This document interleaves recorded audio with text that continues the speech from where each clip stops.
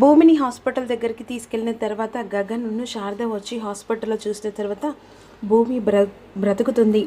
ఈలోపు వెంటనే తార, ధ్రువ ఇద్దరు కలిసి భూమి దగ్గరికి గగన్ వెళ్ళడం తెలుసుకొని వెంటనే ధ్రువ పూరితో ఈ విధంగా అంటాడు, నా చెల్లి మెల్లో మీ అన్నయ్య తాళి కడితే నీ మెల్లో నేను 3 ముళ్ళు వేస్తాను, లేకుంటే ఈ పెళ్ళి ఇక్కడికే ఆగిపోతుంది అని పూరికి చెప్తాడు.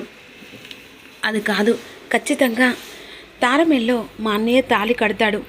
లేదు, భూమి ఇష్టమని ఇప్పటికీ అర్థమవుతుంది.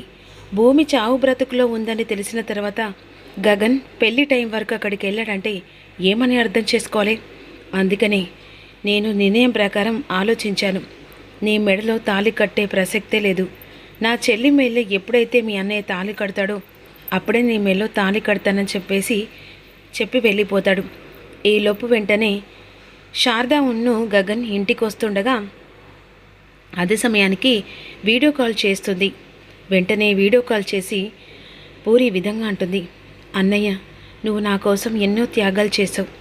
ఆఖరికి నా పెళ్లి జరగాలని భూమిని దూరం చేసుకున్న పరిస్థితి వచ్చింది. కానీ ఇక్కడ ఏం జరిగిందంటే నువ్వు తార మెల్లో తాళి కడితేనే ధ్రువ నా మెల్లో తాళి కడతానని కరాఖండిగా చెప్పాడన్నయ్య. ఈ పెళ్ళి కూడా ఆగిపోయింది. అందుకే నాకు బ్రతికే అర్హత కూడా లేదు. అందరినీ బాధ పెట్టాను, చనిపోవాలని నిర్ణయించుకున్నానని వీడియో కాల్ చేసి మాట్లాడేసరికి ఒక్కసారిగా గగన్, శారద షాక్ అయిపోతారు. వెంటనే భయంతో శారద పదరా తొందరగా అనే విధంగా స్పీడ్న డ్రైవింగ్ చేసుకుంటూ వస్తుండగా ఈలోపు టెర్రస్ పైకి వెళ్ళి, ఇక నాకు చావే శరణ్యం, అందరినీ బాధ పెట్టాను, ఆఖరికి భూమి చావు కూడా నేనే కారణమవుతున్నాను అని చనిపోతుండగా ఈలోపు బామ్మ వచ్చి వెనక్కి లాగి కాపాడుతుంది. ఇక లోపలికి తీసుకొచ్చిన తర్వాత, ఎవరు నువ్వు, ఇదేంటి ఇలా మాట్లాడుతున్నావేంటి పూరి, తను మనకు కాబోయే బామ్మ, అంటే మన తరపున చుట్టరికం, పెద్దమ్మ అవుతుంది, అంటే మనకు బామ్మ అవుతుందన్నమాట. అయినా అమ్మాయి ఇలా చావడానికి నిన్నేమేంటి, ఎందుకంటే మా అన్నయ్య ఆ తార మెల్లో తాళి కట్టనని చెప్పేసి ఇక భూమి దగ్గరికి వెళ్ళాడు. ఇప్పుడు ఆ ధ్రువ నా మెల్లో తాళి కట్టనని అన్నాడు.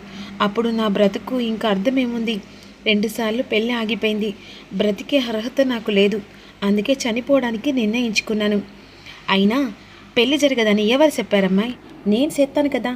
ఈ బామ్మ రంగంలో దిగిన తర్వాత అస్సలు ఆగే ప్రసక్తే ఉండదు. దా, నేను అబ్బాయితో మాట్లాడి నీ మెల్లో 3 ముళ్ళు పడదాకా నేను అస్సలకే కరకండిగా ఏదనుకుంటే అస్సలు చేస్తాను అని విధంగా అనేసరికి బయటికి మండపం దగ్గర తీసుకెళ్తుండగా గగన్ను శారద భయంతో లోపలికి వచ్చేసరికి ఎదురుగా పూరిని తీసుకొని భూమి వెళ్తూ ఉంటుంది. ఇక వెంటనే అమ్మో పూరి అని శారద అంటుంది. ఇక ఈరోజు మన పూరి బ్రతుకుందంటే బామే కారణం, ఇక మనకు చుట్టరికం పెద్దమ్మ అని అనేసరికి నాకు పెద్దమవుతుంది. చాలా అసలు ఎన్నిసార్లు కూడా ట్యాంక్ చెప్పినా తక్కువ అండి. నా చెల్లి ప్రాణాలు మీరు కాపాడదు బామ్మగారు, మీ కాళ్ళు పట్టుకున్నా కూడా అది చాలా చిన్నది అని అంటుండగా, అదేంటి బాబు అట్ట మాట్లాడుతున్నాం, ఇది నా కుటుంబం, ఇదెవరు శారద నా కూతురు, అయినా నా మనవడిని మనవరాళ్ళు పెళ్లి చేయడానికి నేను అలా చూస్తూ ఊరుకుంటానా.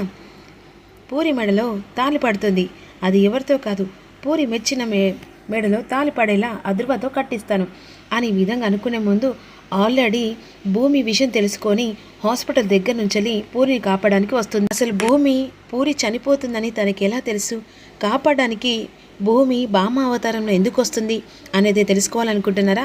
రేపు అప్కమింగ్లో అప్లోడ్ చేస్తాను. వీడియో చివరి దాకా చూసి లైక్ చేసి అలాగే సబ్స్క్రైబ్ కూడా చేసుకోండి. Thank you so much, all of you. Thank you so much.